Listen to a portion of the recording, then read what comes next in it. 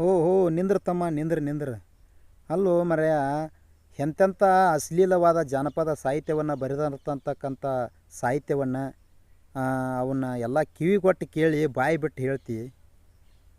ನಾವು ಹೇಳುವಂಥ ಮಾತನ್ನು ಮನಸ್ಸು ಕೊಟ್ಟು ಕೇಳಪ್ಪ ಒಂದು ಸ್ವಲ್ಪ.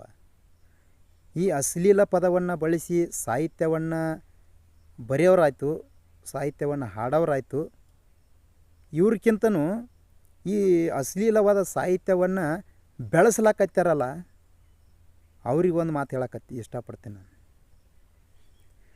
ಅಶ್ಲೀಲವಾದ ಸಾಹಿತ್ಯವನ್ನು ನೀವು ಬೆಳೆಸ್ಲಾಕತ್ತೀರಿ, ನಮಗೆ ಒಳ್ಳೆಯ ಮಾರ್ಮಿಕವಾದ ಒಂದು ಸಾಹಿತ್ಯವನ್ನು ಏನು ಮಾಡಕತ್ತೀರಿ ಅಂದ್ರೆ ಅದನ್ನು ತುಳಿಲಾಕತ್ತೀರಿ. ಸ್ವಲ್ಪ ಜ್ಞಾನ ಅನ್ನೋದಿಲ್ಲ ನಿಮಗೆ. ಯಾರು ಅಕ್ಕ ತಂಗಿಯರ, ತಾಯಿ ತಂಗಿ ಯಾರೂ ಇಲ್ಲೇ ಇಲ್ವ? ನಿಮಗೆ ಏನು ಸಾಹಿತ್ಯರಿ, ಏನು ಸಾಂಗ್ ಹಾಡ್ತೀರಿ, ಏನವ? ನೀವು ಎಷ್ಟರ ಮಟ್ಟಿಗೆ ಬೆಳೆದ್ರಿ ಅಂದ್ರೆ ನೀವು ಈಗಿನವ್ರ ಕಲಾವಿದರ ನಾಲ್ಕು ಸಾಧ್ಯನೇ ಇಲ್ಲ ನಿಮಗೆ. ಎಷ್ಟರ ಮಟ್ಟಿಗೆ ಬೆಳೆದ್ರಿ ಅಂದ್ರೆ ಹಳೆಯ ಜಾನಪದ ಕಲಾವಿದರು ನಿಮಗೆ ಕೈ ಮುಗಿಯುವಷ್ಟು ನೀವು ಬೆಳೆದಿರಿ. ಈಗ ನಾಚಿಕೆ ಬರೋದಿಲ್ಲ ರೀ ನಿಮಗೆ. ಹಳೆಯ ಜನಪದ ಕಲಾವಿದರು ನಿನ್ನೆ ವಿಡಿಯೋ ನೋಡಿದ್ದು ನಾನು. ಹಳೆಯ ಜನಪದ ಕಲಾವಿದರು ನಿಮಗೆ ಕೈ ಮುಗಿದು ಕೇಳಕ್ಕೊಳಕತ್ತಾರ. ಅಷ್ಟರ ಮಟ್ಟಿಗೆ ನೀವು ಬೆಳೆದ್ರದ್ರೆ ನೀವು ಲೆಕ್ಕ ಹಾಕ್ರಿ. ನೀವು ಎಷ್ಟರ ಮಟ್ಟಿಗೆ ನೀವು ಬೆಳೆಸಿರ ಅನ್ನೋದು ನೀವು ಲೆಕ್ಕ ಹಾಕ್ರಿ.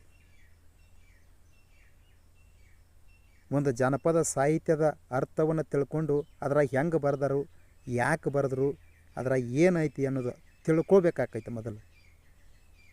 ಒಟ್ಟು ಸುಮ್ಮನೆ ಸಿಳ್ಳಿ ಹಾಕೋದು, ಚಪ್ಪಾಳೆ ಹೊಡೆದು, ಕೂಗು ಹೊಡೆದು ನಡೆದು ಬಿಡೋದು.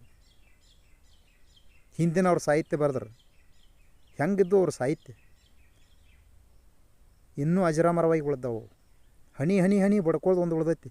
ಬೇಜಾರಾಗಿಬಿಡ್ತೀನಿ ನಿನಗೆ ನಿನ್ನೆ ಅವ್ರ ಕಲಾವಿದರು ಮಾತಾಡೋದು ನೋಡಿ. ನಮ್ಮ ದೇಶ ಎಲ್ಲಿಗೆ ಹೊಂಟಿತೈತೇಳಿ.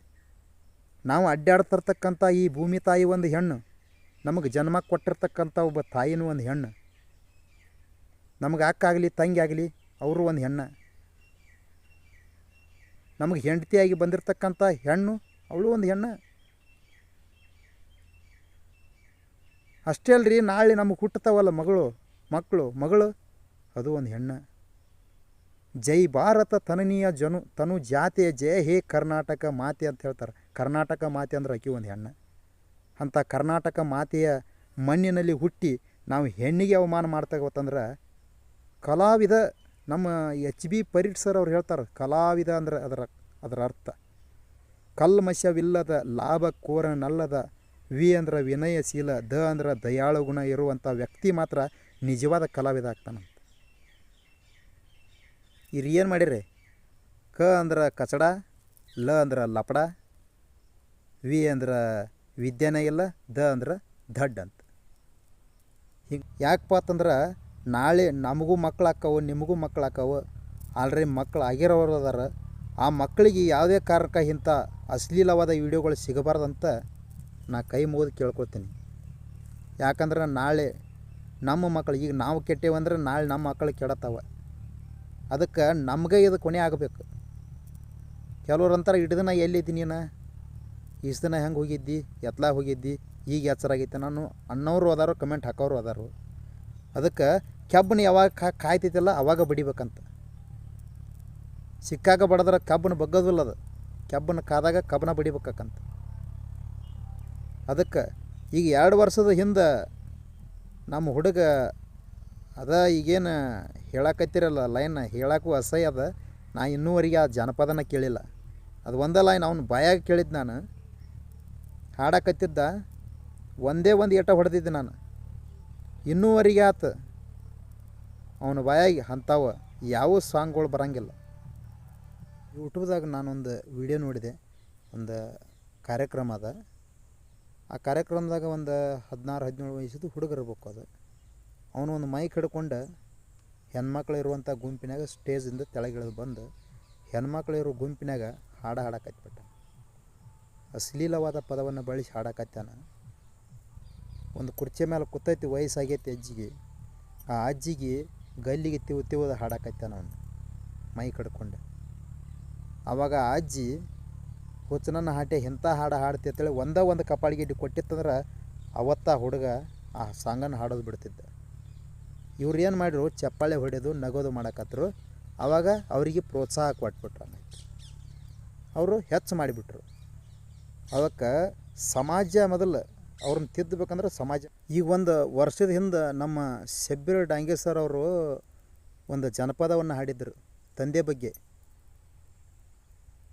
ಅಂಥವು ಯಾರೂ ಕೇಳೋದಿಲ್ಲ, ಅಂಥವು ಯಾರೂ ನೋಡೋದಿಲ್ಲ. ಎಂಥ ಅರ್ಥ ಐತೆ ಅದ್ರೊಳಗೆ. ಅಪ್ಪ ಅಂದರ ಏನಂತ ತಿಳಿತೈತಿ ಪರದೇಶಾದ ಮ್ಯಾಲ, ಅಪ್ಪ ಅಂದರ ಏನಂತ ತಿಳಿತೈತಿ ಪರದೇಶಾದ ಮ್ಯಾಲ, ಮಡದಿ ಮಕ್ಕಳನ್ನು ಸಾಕುವ ಕಾಲಕ್ಕೆ ಸತ್ತು ಹೋದ ಮ್ಯಾಲ.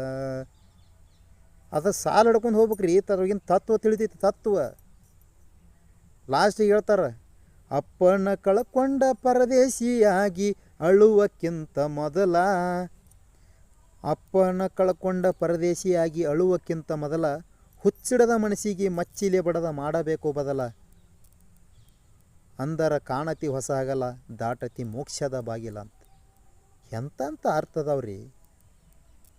ನಮ್ಮ HB ಪರೀಡ್ ಸರ್ ಅವರು ಈ ಅಶ್ಲೀಲವಾದ ಡ್ರೆಸ್ಸನ್ನು ಹಾಕೊಂಡು ಡ್ಯಾನ್ಸ್ ಮಾಡೋರಿಗೆ ಅವ್ರಿಗೆ ಎಂಥ ಒಂದು ಸಾಹಿತ್ಯವನ್ನು ಕೊಟ್ಟಾರಂದ್ರೆ, ಕನ್ನಡದ ನಾಡಿನಲ್ಲಿ ಹುಟ್ಟಿ ಬಂದ ನಾರಿ, ಹುಟ್ಟ ನೋಡ ಸುಪ್ರಸಿದ್ಧ ಇಲಕಲದಡಿ ಸೀರಿ, ಮೂಗಬಟ್ಟು ಕುಂಕುಂಬಟ್ಟು ಇಟ್ಟು ನೋಡ ಮಾರಿ, ಮೂಗಬಟ್ಟು ಕುಂಕುಂಬಟ್ಟು ಇಟ್ಟು ನೋಡ ಮಾರಿ, ಸಾಧ್ವಿ ಅಂತ ಸರಿದು ನಿನಗೆ ಬಿಡ್ತಾರಲ್ಲ ದಾರಿ.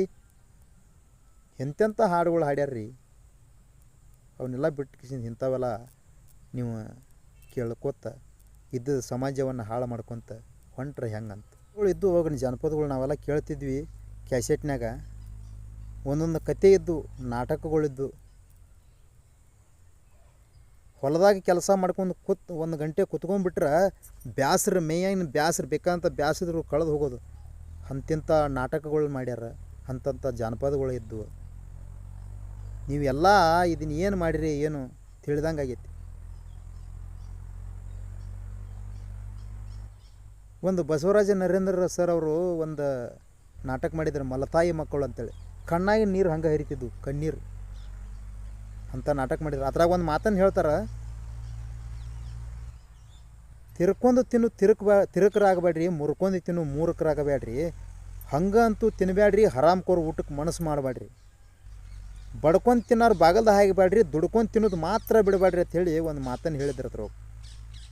ಆ ಮಾತು ಇನ್ನೂವರೆಗೆ ನೆನಪೈತಿ ನನಗೆ. ನಾನು ಒಣ್ಣಂತಿದ್ದಾಗ ಆ ಮಾತನ್ನು ಕೇಳಿದ್ದು ಇನ್ನೂ ನೆನಪೈತಿ. ಇನ್ನೂವರೆಗೆ ಅದು ಕ್ಯಾಸೆಟ್ ಕೇಳಿಲ್ಲ ನಾನು, ಆದರೂ ಇನ್ನೂ ನೆನಪೈತೆ ಅದು.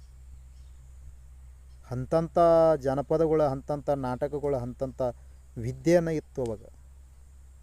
ಈಗ ಒಂದು ಹೊಲ ಇರ್ತೈತಿ, ಹೊಲಕ್ಕೆ ಬೇಲಿ ಯಾಕೆ ಹಾಕಿರ್ತಾರಪ್ಪ ಅಂತ ಕೇಳಿದ್ರೆ, ಹೊಲಕ್ಕೆ ಯಾವುದೂ ತೊಂದರೆ ಆಗಬಾರ್ದು, ಹೊಲದಾಗ ದನ ಕರ ಬರಬಾರ್ದು ಅಂತೇಳಿ ಬೇಲಿ ಹಾಕಿರ್ತಾರೆ.